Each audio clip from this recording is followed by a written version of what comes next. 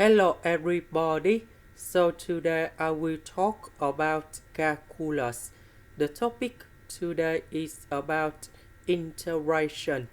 So now I will show you how to answer. We have the formula in here. The integration of s to the power of n dx. You got about s to the power of n plus 1 over n plus 1. And I will put about c. So this one, we have s to the power of 3 over 3, and we put the bounds from number 2 to number 5. And now we have the final answer.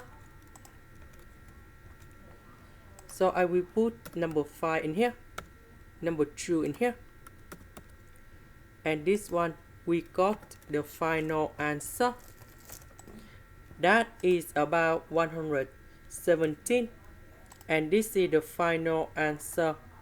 This is the end. Thank you for watching.